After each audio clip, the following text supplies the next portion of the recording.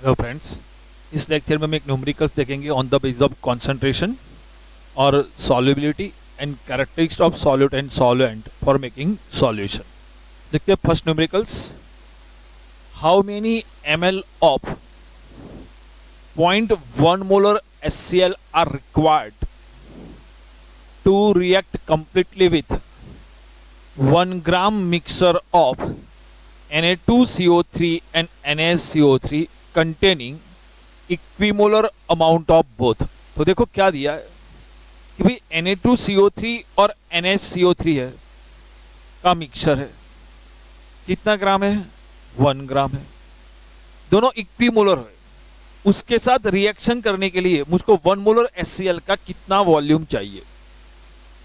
तो ये जो न्यूमेरिकल्स है ना, वो न्यूमेरिकल्स इस चैप्टर का सॉल्यूशन का और हमने फर्स्ट चैप्टर जो मोल कॉन्सेप्ट बनाया ना उसका कंबाइन है। तो देखो फर्स्ट ऑफ ऑल हम देखते हैं जो मिक्सचर है ना, वो मिक्सचर किसका मिक्सचर है? वो Na2CO3 और NaCO3 का मिक्सचर है। ओके, वो जो मिक्सचर है ना, वो मिक्सचर 1 ग्राम गिवन है। तो मिक्सचर 1 ग्राम गिवन है। आपको Na2CO3 और NaCO3 के बीच में कुछ इंफॉर्मेशन नहीं दी हुई है, तो पहले उसके मास गेस कर लेते हैं कि suppose mass of Na2CO3 is x ग्राम।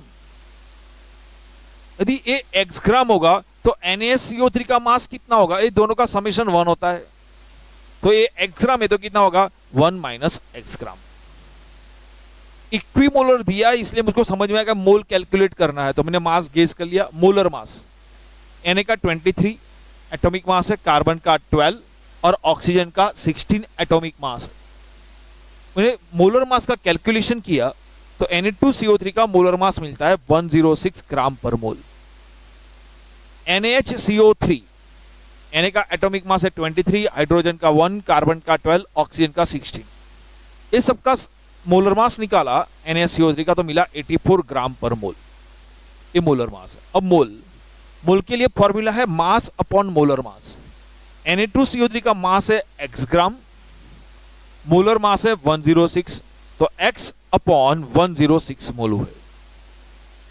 चलो NaCO3 मास कितना है? 1 माइनस s ग्राम, मोलर मास कितना है? 84, तो mass upon molar mass 1 by x by 84, इतना मोल हुए।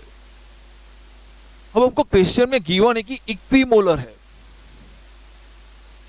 तो इक्विमोलर है उसका मीनिंग क्या हुआ? As the mixture contains equimolar amount of the two. ये दोनों का इक्विमोलर मिक्सचर है, मतलब mole of Na2CO3 and mole of NaCO3 are equal. तो मोल ऑफ Na2CO3, तो Na2CO3 का मोल कितना है? x अपॉन 106, और मोल ऑफ NaCO3 कितना है? 1 माइनस x अपॉन 84। इन दोनों को अब सॉल्यूशन किया, 84 वहां पे चला गया, 84x is equal to 1 minus x 106। 84x is equal to 106 को अंदर मल्टीप्लाई कर दिया, 106 माइनस 106x, माइनस 106 यहाँ पे गया, plus 84 plus 190x is equal to 106, तो x is equal to 106 upon 190 is equal to 0.558 gram. x की वैल्यू मिल गई। अब देखो mass of Na2CO3, mass of Na2CO3 ने क्या गेस किया है? x, और x की वैल्यू मिल गई 0.558। मास ऑफ NaCO3 क्या है? 1 माइनस x, तो 1 minus x is equal to 1 minus 0.558 is equal to 0.442। Mole भी हम कैलकुलेट कर देखो, मोल ऑफ Na2CO3 क्या है? x अपॉन 106, और x की वैल्यू हमने क्या डिनोट कैलकुलेट किया? 0.558 अपॉन 106, तो मिल गया मोल ऑफ Na2CO3। इसी तरह मोल ऑफ NaCO3 निकाल दे, तो देखो x की वैल्यू रख दी यहां पे 1 माइनस 0.88 अपॉन 84। तो पहले हमने क्या किया? दोनों का मोल निकाल लिया। तो किस तरह मोल कैलकुलेट कर लिया वो देख लो एक बार। हमने क्या किया? पहले हमको बताया गया कि दोनों का मिक्सचर कितना है? 1 ग्राम। हमने एक का x ग्राम गेस कर लिया, तो दूसरे का 1 minus x, molar mass, mass upon molar mass करके मोल निकाल दिए। हमको बताया गया है क्वेश्चन में इक्विमोलर है, तो ये दोनों को कंपेयर कर लिया, इक्विमोलर है तो, और x की वैल्यू निकाल दी और x की वैल्यू यहां पे रख दी। ओके, एक पार्ट कंप्लीट हो गया। अब जो सेकंड पार्ट है ना, वो मोल कंसेप्ट 11 स्टैंडर्ड में जो हमने फर्स्ट चैप्टर पढ़ा था ना, उसका है। अब देखो मेरे पास Na2CO3 और NaSCO3 का HCl के साथ रिएक्शन होगा, तो कितने मोल चाहिए पहले हम वो कैलकुलेट करें। तो Na2CO3 का HCl के साथ रिएक्शन होगा, तो न्यूट्रलाइजेशन रिएक्शन, Na2CO3 बेस है और HCl क्या है, एसिड। बोलो एसिड और बेस के बीच में न्यूट्रलाइजेशन रिएक्शन होता है, यदि एसिड और बेस के बीच में न्यूट्रलाइजेशन रिएक्शन होता है तो क्या बनता है, तो भाई एसिड और बेस के बीच में न्यूट्रलाइजेशन रिएक्शन होने से सॉल्ट, वाटर, और यदि ऐसे एज ए बेस कार्बोनेट या बाइकार्बोनेट हो तो कार्बन डाइऑक्साइड गैस बने। तो देखो Na2CO3 क्या है, बेस है, तो Na2CO3 बेस है तो एसिड के साथ रिएक्शन करने से सॉल्ट बनेगा, वाटर बनेगा, और दूसरा क्या बनेगा, कार्बन डाइऑक्साइड गैस प्रोड्यूस होगा। तो देखो Na2CO3 की HCl के साथ रिएक्शन होगी, तो सॉल्ट बनेगा NaCl, वाटर बनेगा और कार्बन डाइऑक्साइड। बैलेंस करते हैं, 2 Na है, 2 Na हो गया, Cl 2 हुए, 2 H और 1 O, H2 और CO2। ये बैलेंस केमिकल इक्वेशन। तो देखो ये बैलेंस केमिकल इक्वेशन के बेस पे हम बोल सकते हैं 1 मोल Na2CO3 के साथ रिएक्शन करने के लिए 2 मोल HCl रिक्वायर्ड है। 1 मोल Na2CO3 के साथ रिएक्शन करने के लिए कितने बोलो, 2 मोल HCl रिक्वायर्ड है। तो हमारे पास कितने मोल Na2CO3 है, 0.00526 मोल Na2CO3। देखो तो 1 मोल of Na2CO3 required 2 mole of HCl, therefore 0.00526 mole of Na2CO3 required, कितने उसके HCl रिक्वायर होगा, तो 1 के लिए 2 चाहिए, तो इतने के लिए कितने, तो इतना मल्टीप्लाई बाई 2 डिवाइडेड बाई 1, तो इतने मोल HCl रिक्वायर्ड है for the reaction with Na2CO3। तो NaSCO3 के साथ कितने चाहिए, देखो NaSCO3 की रिएक्शन करते हैं, Na3CO भी बेस है, बेस की एसिड के साथ रिएक्शन होकर क्या बनेगा, salt, water plus carbon dioxide gas बनेगा। तो NaCl सॉल्ट बना, कार्बन H2O बनेगा और कार्बन डाइऑक्साइड गैस बनेगा। ये रिएक्शन देखो Na1 1 H H2 2 carbon 1 1 oxygen 3 2 + 1 3। ये बैलेंस केमिकल इक्वेशन, ये बैलेंस ही है। तो 1 मोल ऑफ NaCO3 के साथ रिएक्शन करने के लिए 1 मोल HCl चाहिए, तो 1 मोल NaCO3 require 1 mole of HCl। तो मेरे पास NaCO3 के कितने मोल है, 0.00526 मोल। तो 0.00526 मोल of NaCO3 required 0.00526 mole HCl। तो देखो Na2CO3 के साथ रिएक्शन करने के लिए इतने मोल HCl चाहिए, NaCO3 के साथ रिएक्शन करने के लिए इतने मोल HCl चाहिए। मेरे पास तो मिक्सचर है, Na2CO3 और NaSCO3 का मिक्सचर है, तो वो मिक्सचर के साथ रिएक्शन होने के लिए टोटल HCl रिक्वायर्ड, तो total HCl required for reaction with mixture, for reaction with mixture. तो मिक्सर के साथ रिएक्शन करने के लिए कितना मोल HCl चाहिए टोटल, तो दोनों का समेशन कर लो। इसका है 0.01052 प्लस 0.00526, तो इतना मोल HCl चाहिए। एक सेकंड पोर्शन यहां पे देख लो। तो पहले हमने क्या किया था, मोल निकाल लिया था, वो तो इजी मेथड थी, बहुत सारे न्यूमेरिकल्स किए उस तरह, सिर्फ गेस करना पड़ा x। अब ये स्टोइकियोमेट्री बेस पे, मोल कंसेप्ट के बेस पे हमने निकाल दिया कि HCl के कितने मोल चाहिए, कि Na2CO3 के साथ रिएक्शन करने के लिए HCl के कितने मोल चाहिए और NaSCO3 के साथ रिएक्शन करने के लिए HCl के कितने मोल चाहिए। अब देखो हमारे क्वेश्चन में वो नहीं पूछा है कि HCl के कितने मोल चाहिए, क्या पूछा है, how many ml of 0.1 molar HCl are required. तो आपको 0.1 मोलर HCl का वॉल्यूम पूछा गया। तो देखो 0.1 मोलर HCl यहाँ पे गिवन है ना, उससे मुझे समझ में आ गया कि मोलारिटी गिवन है 0.1 मोलर। तुमने मोलारिटी की फॉर्मूला अप्लाई की। क्यों मोलारिटी की फॉर्मूला अप्लाई की? क्योंकि मुझको क्वेश्चन में गिवन है 0.1 मोलर। तो मेरे क्वेश्चन में 0.1 मोलर गिवन है, इसलिए मैं मोलारिटी की फॉर्मूला अप्लाई करता हूं। तो मोलारिटी की फॉर्मूला क्या है? Mole upon volume in litre, mole per litre. यदि ml में करना चाहूं तो molarity is equal to mole upon volume of HCl solution in ml कर दो तो ऊपर क्या हो जाएगा? 1000। तो इसमें भी वैल्यू रख दूं। मुझको प्रॉब्लम में क्या गिवन है? 0.1 मोलर HCl, मतलब कि मुझको मोलारिटी गिवन है 0.1 मोलर। मोल मोल कितने हैं तुमने कैलकुलेशन किया है? 0.01578 multiply by 1000। Volume of HCl solution वो मुझको कैलकुलेट करना है, कैलकुलेशन करने से मिल गया। एक बार सोच लो पूरे रिएक्शन, ये न्यूमेरिकल्स में हमने क्या किया।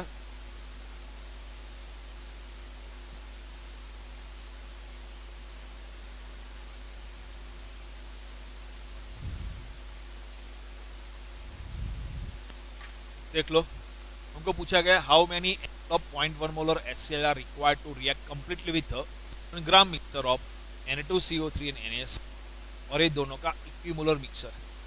तुमने पहले मिक्सर ले लिया, ये मिक्सर 1 ग्राम है, ये 1 ग्राम तो इतना, उसका मोलर मास कैलकुलेट किया, मोल कैलकुलेट किया, मास अपन मोलर मास। इक्विमोलर है तो दोनों को कंपेयर कर दिया, x की वैल्यू निकल गई, x की वैल्यू यहाँ पे रखो। तो जो अननोन था वो सब कुछ नोन हो गया x की वैल्यू यहाँ पे रखने से। समझ में आ गया कि Na2CO3 के मोल इतने हैं, NaSCO3 के मोल इक्वल है, दोनों इक्विमोलर इक्वली मोल है। फिर हमको क्या करना था? इसके साथ, ए मिक्सर के साथ किसका रिएक्शन करना है? HCl का। तो HCl के कितने मोल चाहिए? तो हमने मोल कंसेप्ट यूज किया कि Na2CO3 जब HCl के साथ रिएक्ट करेगा तो कितना HCl चाहिए, NaSCO3 जब HCl के साथ रिएक्ट करेगा तो कितना चाहिए, तो Na2CO3 कितना चाहिए, NaCl कितना चाहिए। तो total mole of HCl required हमने कर दिया। अब मैंने 0.1 मोलारिटी ऑफ HCl जो प्रॉब्लम में गिवन था, मैंने उसका यूज किया मोलारिटी का, और मुझको वॉल्यूम ऑफ HCl। तो हम देखते हैं सॉल्युबिलिटी नेक्स्ट में।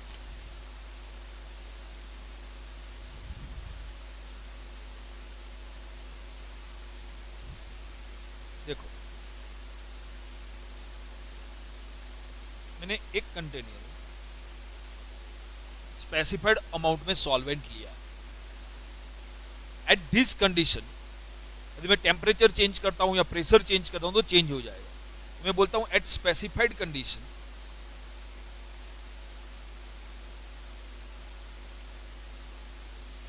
स्पेसिफिक कंडीशन मैंने सॉल्वेंट लिया है, समझ लो वाटर लिया है, फिक्स अमाउंट ऑफ वाटर ले लिया, इसमें मैं शुगर ऐड कर रहा हूं। इसमें मैंने क्या ऐड कर रहा हूं? शुगर। तो क्या होगा इनिशियली? सोचो तो, यदि मैंने वाटर लिया है, इसमें मैंने शुगर ऐड करूंगा तो इनिशियली क्या होगा? शुगर वाटर में डिसॉल्व हो जाएगा, शुगर का प्रोपोर्शन वाटर में धीरे धीरे इंक्रीज होगा, मतलब सॉल्यूशन में वाटर में शुगर का कॉन्सेंट्रेशन धीरे धीरे इंक्रीज होगा। उसको हम बोलते हैं डिसोल्यूशन। क्या बोलते हैं हम? डिसोल्यूशन। तो देखो डिसोल्यूशन का मीनिंग क्या होता है? When a solid solute like sugar, when a solid solute, मैंने एग्जांपल लिया है, like sugar is added to the solvent, solvent में ऐड करते हैं। सम सॉल्यूट डिसॉल्व्स, शुगर का कोई प्रोपोर्शन इसमें डिसॉल्व हो जाएगा, and its concentration increases in the solution, और सॉल्यूशन में शुगर का कॉन्सेंट्रेशन इंक्रीज होगा, सॉल्यूशन में शुगर का कॉन्सेंट्रेशन इंक्रीज होगा। This process is known as dissolution. वो प्रोसेस को हम क्या बोलते हैं? डिसोल्यूशन। तो वो समझ में आ गया डिसोल्यूशन को। जब हम सॉलिड सॉल्यूट को सॉल्वेंट में डिसॉल्व करते हैं, जब सॉलिड सॉल्यूट सॉल्वेंट में जो डिसॉल्व होता है ना, that is known as dissolution. अब देखो क्या होता है कि यहां पे डिसॉल्व हो गया, अब बहुत सारे पार्टिकल डिसॉल्व हो जाने के बाद क्या होता है?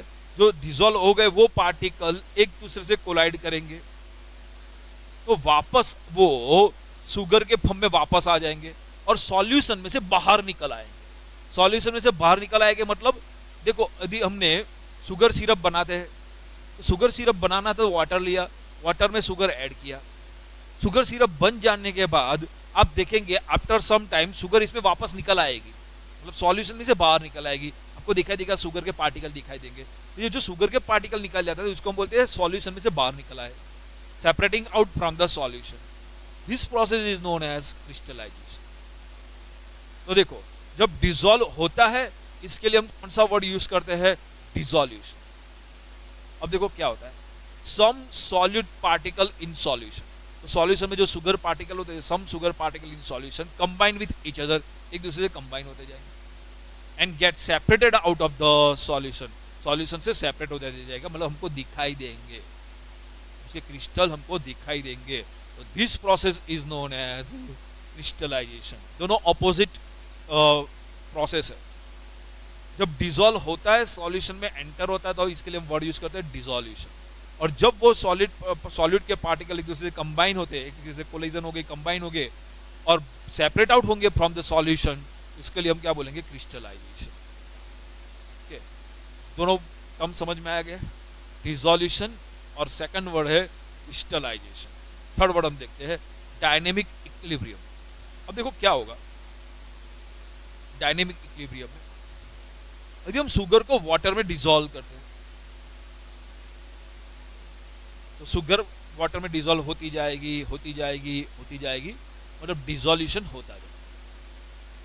अब क्या होगा कि जो क्रिस्टलाइजेशन भी होता है, सॉलिड के पार्टिकल सॉल्यूशन में एक दूसरे से कोलाइड होंगे, कंबाइन हो जाएंगे एंड क्रिस्टल में से वापस निकल separating out from the solution, crystal बन जाएगा। This process is known as crystallization. After some time क्या होगा, दोनों के बीच में इक्विलिब्रियम एस्टैब्लिश हो जाएगा। मतलब इक्विलिब्रियम एस्टैब्लिश हो जाएगा मतलब शुगर के जितने पार्टिकल सॉल्यूशन में जाएंगे उतने ही सॉल्यूशन में जो पहले से डिसॉल्व है वो शुगर के पार्टिकल वापस क्रिस्टल फॉर्म में चले जाएंगे। मतलब rate of dissolution and rate of crystallization become equal, और उसको हम बोलते हैं डायनेमिक इक्विलिब्रियम। तो देखो dynamic equilibrium it is the condition, ऐसी कंडीशन दोनों और डायरेक्शन में सेम रेट में, is the condition when number of solid particle like sugar going into solution is equal to the solid particle like sugar separating out. तो जितने number of solid particle solution में जाएंगे उतने ही number of solid particle वापस solution में से बाहर निकल जाएंगे। That is the dissolution and crystallization process occurring at the same rate। मतलब rate of dissolution and rate of crystallization becomes equal। इसको क्या बोलेंगे, इक्विलिब्रियम एस्टैब्लिश हो जाएगा, rate of dissolution and rate of crystallization becomes equal. अब देखो if equilibrium establish हो जाएगा तो शुगर के जितने पार्टिकल वाटर में डिसॉल्व होंगे उतने ही वाटर के पार्टिकल वापस सेपरेट आउट हो जाएंगे। अब मुझको बताओ जितने शुगर में डिसॉल्व हो गए उतने वापस चले आएंगे, तो concentration of the sugar remains constant in the solution. तो शुगर का कॉन्सेंट्रेशन सॉल्यूशन में क्या रहेगा, कांस्टेंट रहेगा। देखो at this stage the concentration of solute मतलब sugar in solution will remain constant under given conditions of temperature and pressure. Constant temperature और pressure होगा, ये डायनेमिक इक्विलिब्रियम एस्टैब्लिश हो जाएगा। देखो तीन टर्म्स हमने देखे। फर्स्ट पॉइंट क्या देखा हमने, डिसोल्यूशन। डिसोल्यूशन का मीनिंग समझ में आ गया, डिसॉल्व होता है, इसके लिए हम वर्ड यूज करते हैं डिसोल्यूशन। सेकंड पॉइंट हमने देखा क्रिस्टलाइजेशन, तो सॉलिड पार्टिकल जो सॉल्यूशन में है वो एक दूसरे से कंबाइन होंगे और separate out from the solution, solution से बाहर निकल जाएंगे, हमको दिखाई देंगे नेक आई से, हम बोलेंगे वो क्रिस्टलाइजेशन। एंड व्हेन फिर rate of dissolution and rate of crystallization becomes equal,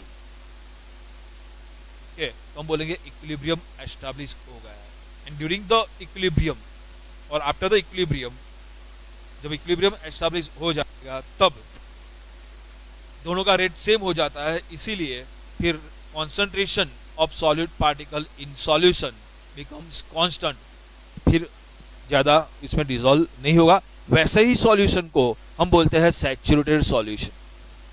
अब डिसॉल्व देखो, इक्विलिब्रियम एस्टैब्लिश हो जाने के बाद हम ज्यादा इसमें डिसॉल्व कर सकते हैं। यदि ये दोनों के बीच में इक्विलिब्रियम एस्टैब्लिश हो गया तो क्या मैं शुगर इसमें ज्यादा फिर डिसॉल्व कर सकता हूं? ना, नहीं कर सकता हूं। तो फिर वैसे सॉल्यूशन को हम क्या बोलेंगे? Saturated solution. तो देखो, such a solution, saturated solution is a solution in which no more solute can dissolve at the same temperature and pressure is known as saturated solution. देखो, हम टेम्परेचर में चेंज कर लेंगे या प्रेशर में change कर लेंगे तो डिसॉल्व हो सकता है, लेकिन यदि टेम्परेचर सेम टेम्परेचर और सेम प्रेशर में यदि हम सॉल्यूट हम ऐड करते जाएंगे अब से ज्यादा डिसॉल्व नहीं कर सकते हैं, वैसे सॉल्यूशन को हम क्या बोलेंगे? Saturated solution. मतलब in saturated solution a dynamic equilibrium are established between the process of dissolution and crystallisation. तो सैचुरेटेड सॉल्यूशन में डिसॉल्यूशन और क्रिस्टलाइजेशन में इक्विलिब्रियम एस्टैब्लिश होता है। तो देखो, एक क्वेश्चन रट्टा लगाने की जरूरत नहीं है, एग्जाम में आने कोई चांसेस नहीं है। तो आपको क्या याद रखना है? अभी जो भी पढ़ा है वो सॉल्युबिलिटी में, तो पहला एक जनरल तरीके से याद रखना, अब जो डिसॉल्व करते हैं वो process is known as dissolution. Solid particle वापस निकल जाता है सॉल्यूशन में से बाहर क्रिस्टल के फॉर्म में, उसको हम बोलेंगे क्रिस्टलाइजेशन। और दोनों का रेट सेम होगा तो हम उसके इक्विलिब्रियम एस्टैब्लिश हो गया। तो इक्विलिब्रियम एस्टैब्लिश हो जाने के बाद ज़्यादा इसमें डिसॉल्व नहीं कर सकते, तो मैक्सिमम जो हमने डिसॉल्व कर सकते हैं उससे ज़्यादा डिसॉल्व नहीं कर सकते, वैसे सॉल्यूशन को हम बोलते हैं सैचुरेटेड सॉल्यूशन। सिर्फ पढ़ लेना है, रट्टा लगाने की जरूरत नहीं है। ओके, एसक्यू एमसीक्यू में आ जाए तो रट्टा लगाने की जरूरत ही नहीं होती है, इतनी बात समझ में याद रख लेना। ओके, अब देखते हैं नेक्स्ट क्वेश्चन।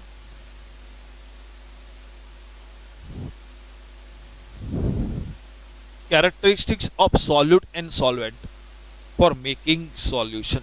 तो ये हो सकता है कभी एसक्यू में, characteristics of solute and solvent to making solute और सॉल्वेंट की कैरेक्टरिस्टिक्स क्या होगी फॉर प्रिपरेशन ऑफ सॉल्यूशन। तो इसके लिए आप याद रख सकते हो लाइक डिसॉल्व्स लाइक। हम उसको बहुत अच्छी तरह उसको एक्सप्लेन कर सकते हैं, समझ सकते हैं। ये याद रखिए कि लाइक डिसॉल्व्स लाइक मतलब यदि पोलर सॉल्यूट होगा ना तो वो पोलर सॉल्वेंट में डिसॉल्व होगा। तो देखो, this can be understood by you saying like dissolve like.